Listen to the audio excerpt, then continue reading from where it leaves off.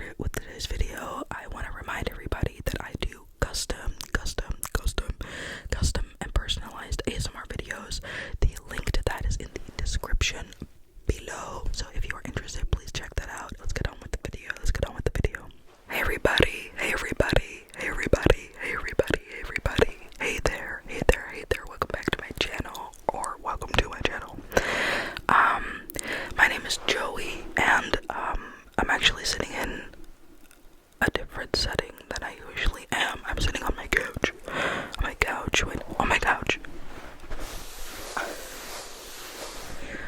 On my purple velvet couch.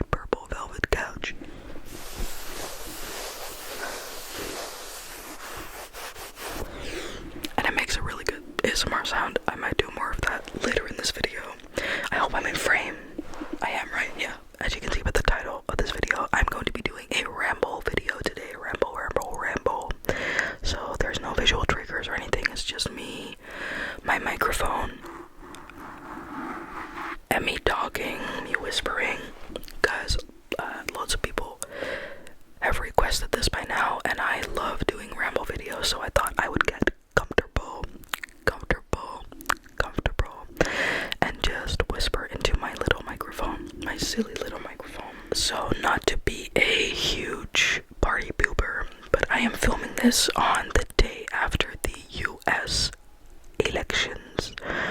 The USA elections, 2024 elections of the United States of America.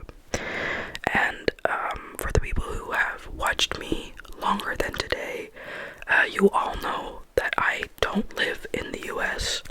I don't live in the USA.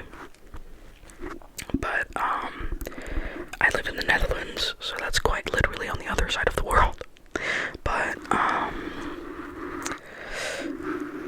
yeah, I'm very heartbroken today. I did want to share that with my subscribers. I know that ASMR is a place for positivity and relaxation, and while I definitely do agree with that sentiment,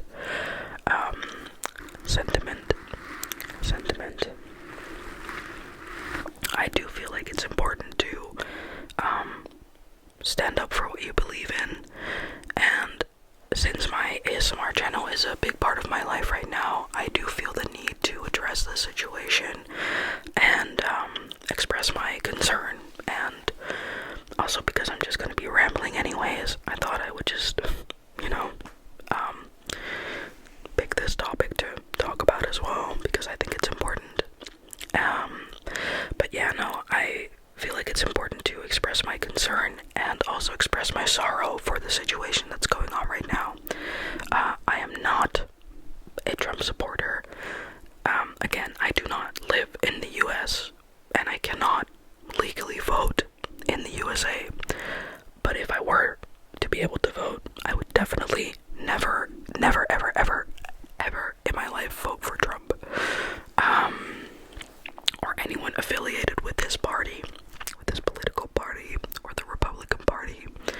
And this is obviously not meant as hate to anyone. However, it does concern me that the current political state of the US right now, I mean, obviously for the past 12 years it's not been peachy, no pun intended, because Trump was impeached twice. Sorry, it's not a funny situation.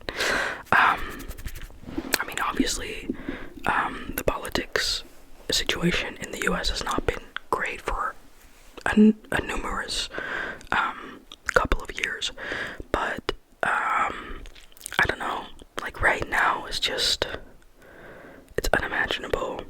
And women's rights, minority rights, women's rights, everything, just minority groups in America right now, their rights are they are threatened. They're being threatened. And I have friends in the US. I know I have people that watch me, you guys that live in the US, and I worry about you a lot.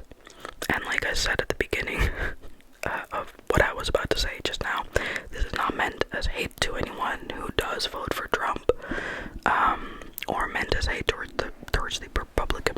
in the US. I personally am not a Republican. I do not identify as such, or anything that's affiliated with that.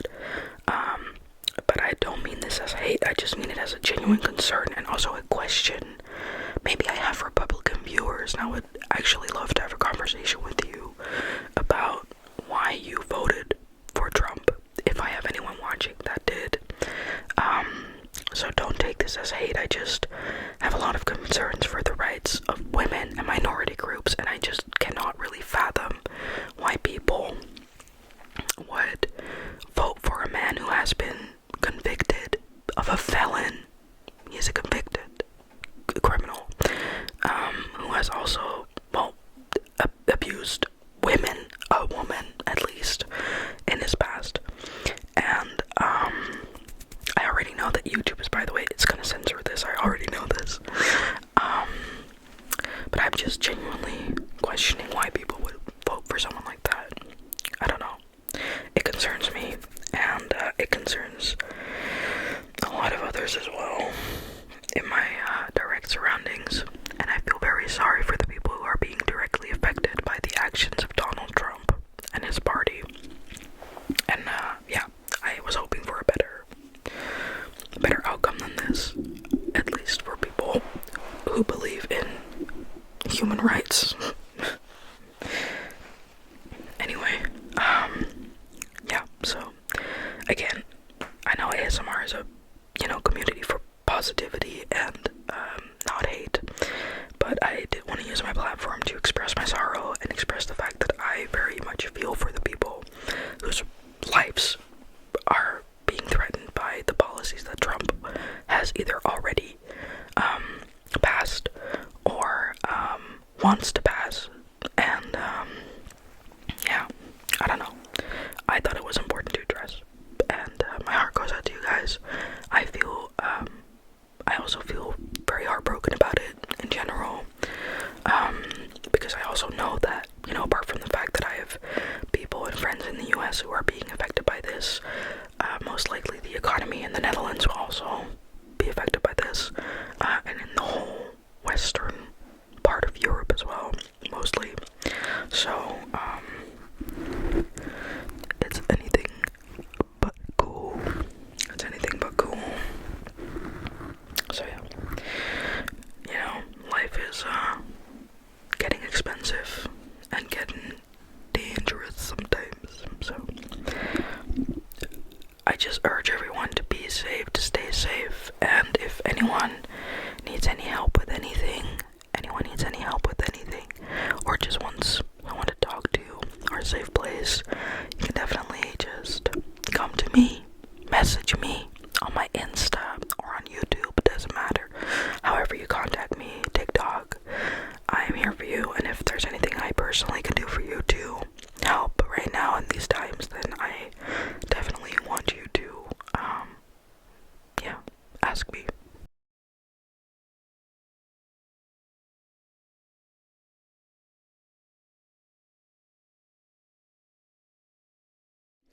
Anyways, I think I've talked enough about politics right now.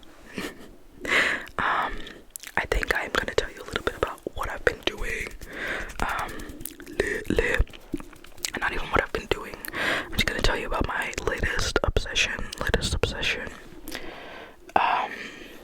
I want to talk about Panic at the Disco. Panic at the Disco. Try saying that 10 times in a row. Panic at the Disco.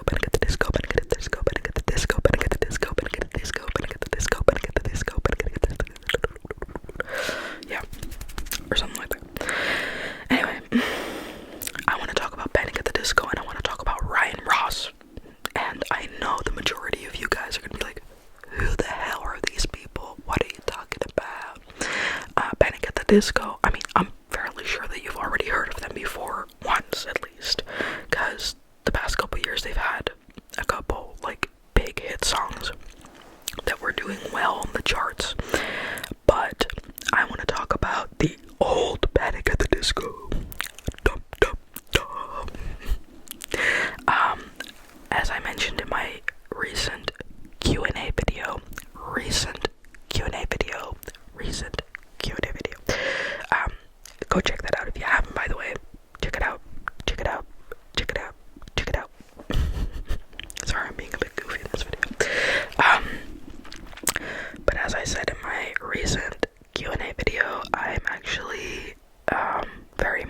emo music.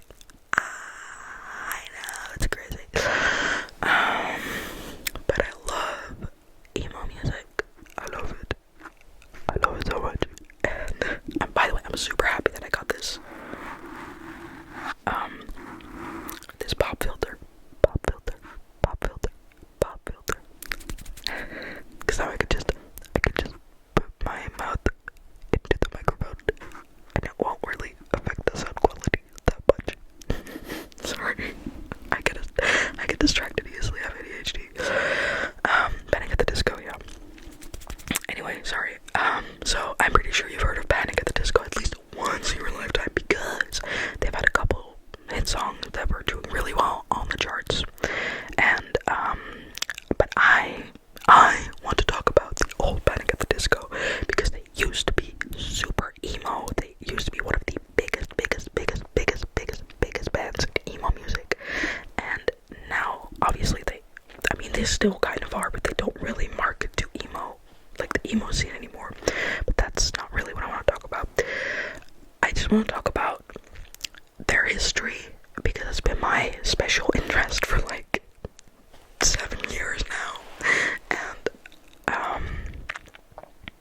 it's just a really interesting story. So Panic at the Disco started out as an actual band. What you also have to know is that as of right now, Panic at the Disco does not exist anymore.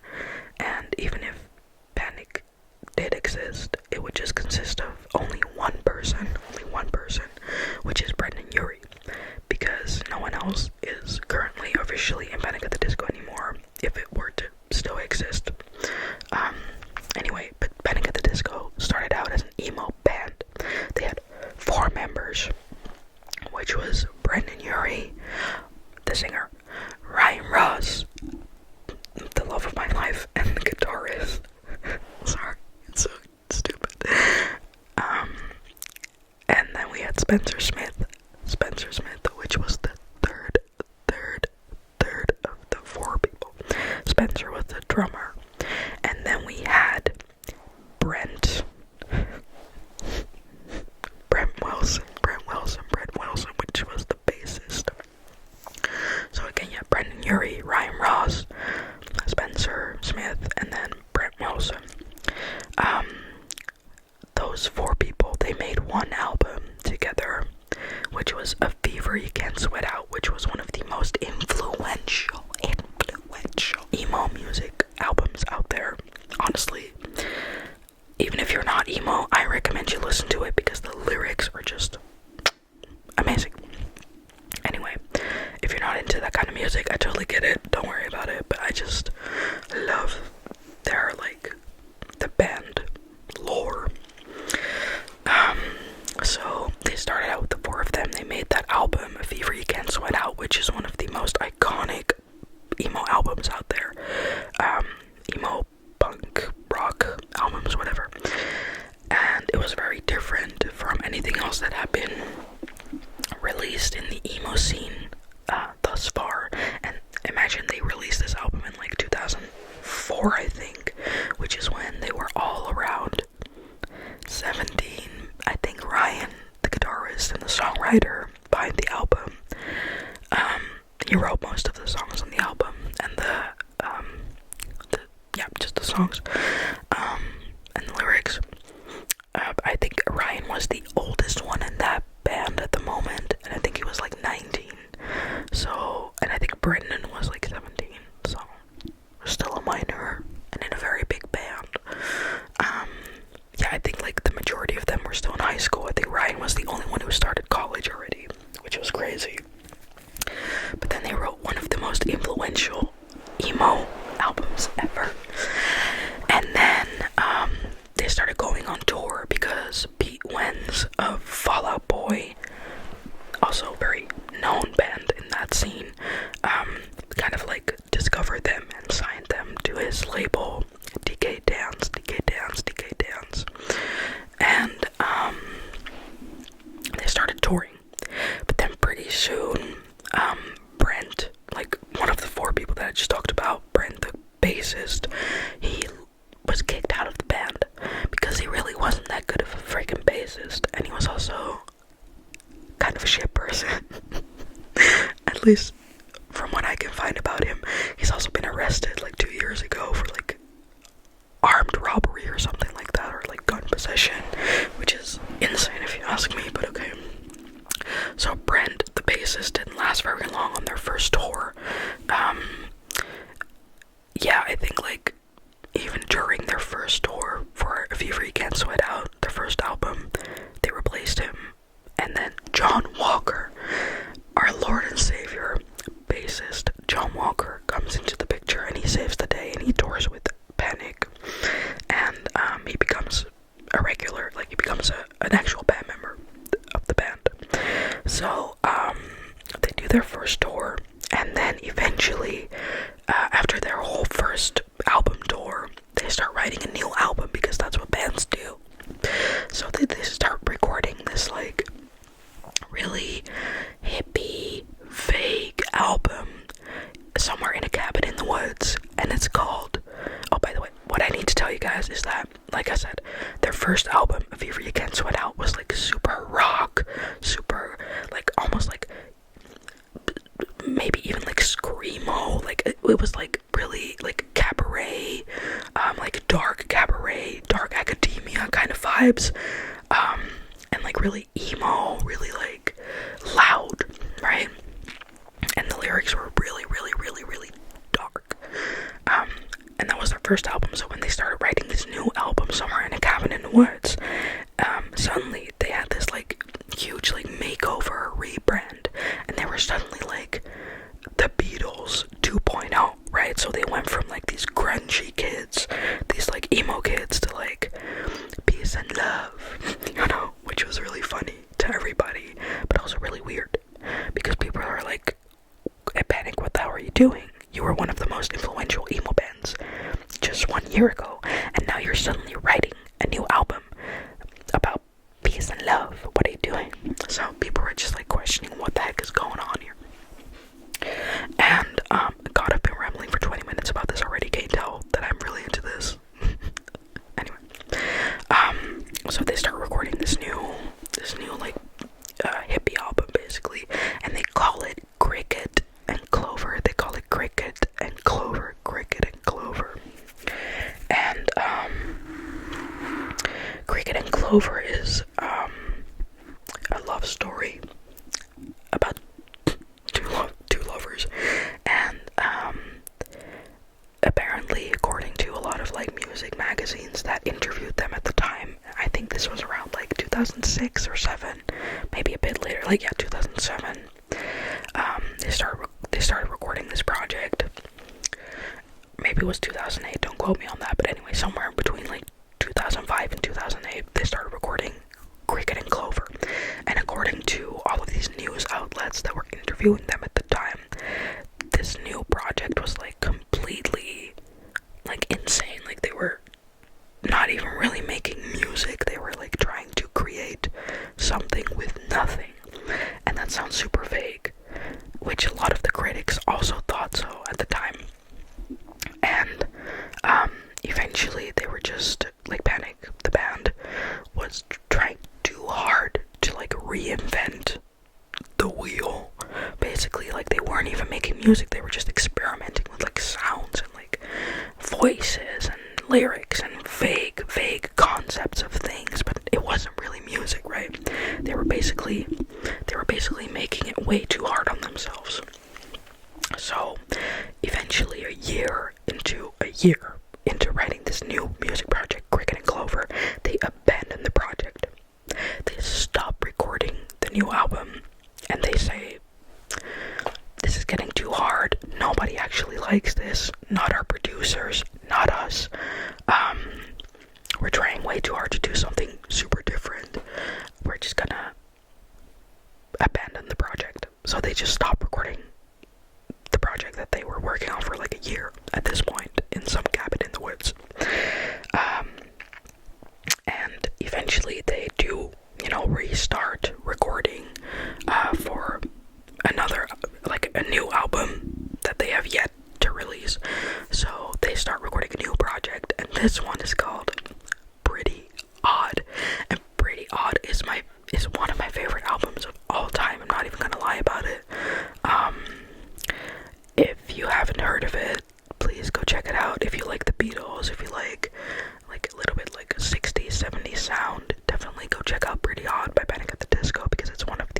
albums out there, also songwriting wise. And I'm not just saying that because I'm like a fangirl. Like, I genuinely, at 23 years of age, as a serious musician, I'm not a serious musician, but you know, I try to be. But I genuinely think it's one of like the best projects out there of the like 20th century, 21st, not the 20th. God, the 21st century. Sorry, the one we're living in right now. Anyway, go check out Pretty Odd. So they start recording Pretty Odd also in a cabin in the woods somewhere, different cabin I think, and then they release Pretty Odd.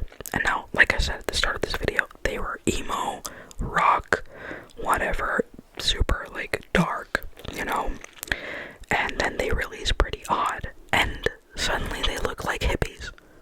Like, I'm not even exaggerating. Look at this picture. Look at these pictures. Those are not the same people. Those are not the same dang people. Those are not the same people. Anyway, they release the album. They go on tour. They have a very successful run with this album. However, it also does get a lot of critique because the critics, the music critics, as always, what is this switch up? You only released one album in this like super emo genre, and now suddenly you're like John Lennon and Paul McCartney. What are you guys doing? Paul Simon, you know, Garfunkel. What the fuck is his first name? What the fuck is Garfunkel's first name? Art Garfunkel. I'm so sorry, how did I forget? Anyway, yeah, so people are like, what the heck is going on here? What are you doing? Okay, but generally, they do get a very good review, you know, for this album. But then, 2009 happens, and what happens in 2009? Panic basically breaks up. They break up. They do a successful tour in like 2008, 2009 for their new album Pretty Odd, and then out of nowhere they suddenly break up. They break up. They made 2 amazing albums for which they toured the entire world at a very young age, because I think the oldest, I mean, John was a bit like the new bassist that came in like halfway through the first tour. He was like the eldest, and he was like a bit older than all of them, but just like imagine, I feel like Ryan was like 23 at the time, maybe 24, and he was like one of the oldest ones, and they'd already made like 2 successful albums and toured around the world like twice. But then suddenly they just quit. They break up. So they announced somewhere in 2009 that they would be splitting up the band. So like right down the middle. Like I said, they had 4 members. So Ryan and John. Ryan being like the most important part of the band, in my opinion, because he wrote most of the songs, especially on the first album. And he was a very good guitarist, very good lyricist. He was super good with writing lyrics. So Ryan and then John, the bassist, they decide to leave together. And then you had Brendan Urie, the singer, who is, you know, still currently known as Panic at the Disco. And then you had Spencer Smith, the drummer, who like kept the name Panic at the Disco together with the 2 of them. So Ryan and John technically left the band. However, later it would be known that Ryan and John thought that Brendan and Spencer would leave the name Panic at the Disco alone, but then they didn't. So, in my opinion, they kind of stole it from them, but okay, I guess. Doesn't matter. I mean, it does. But then, yeah, the band splits right down the middle in 2009 after only like 5 years of like, maybe 5, like more, like close to 4 years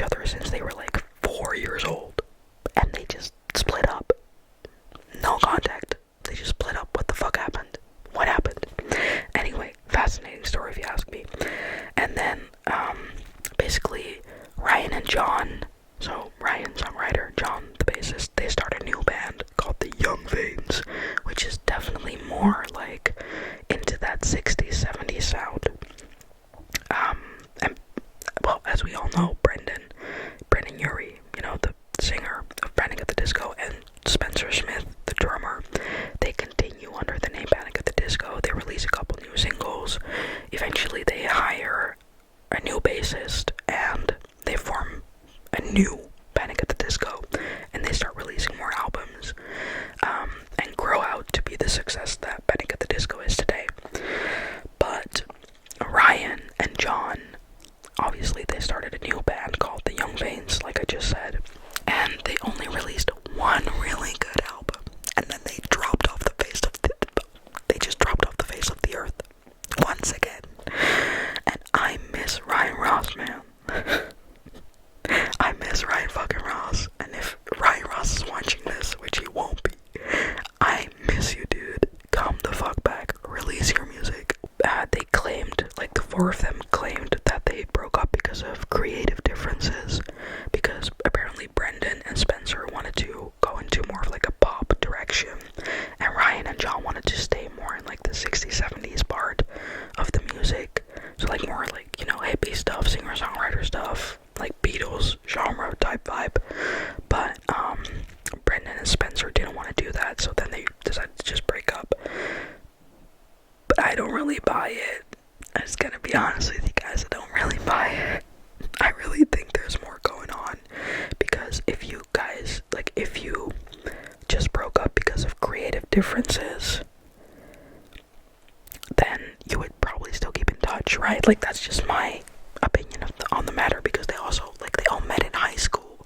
Like, they were all friends, except for John, the bassist, because he joined later, obviously, but, like, you know, like, the three of them, Ryan, Spencer, and Brendan, they were all friends. Like, you can't tell me that nothing happened between them, especially because Ryan and Spencer knew each other since they were 4 years old. So why would you go no contact then? Like, what happened? Explain. Anyway, I'm done rambling about this right now. I think I've rambled enough. It's been half an hour. It's 3 a.m. And it's 3 a.m. And I'm calling everybody that I know. Whoa, here we go again. By Halsey. Anyways, I think I'm done yapping. And if you guys want more like this, more of these ramble videos, then definitely check out the comment section below and let me know if you want them. Yeah. I majorly love you guys. Thank you so much for always watching my videos and staying with me. And request videos if you want, because I'm making them. Anyways, love you guys. It's been half an hour. I'm gonna stop yapping, talking, and I'm gonna leave you guys alone. So, hope you had a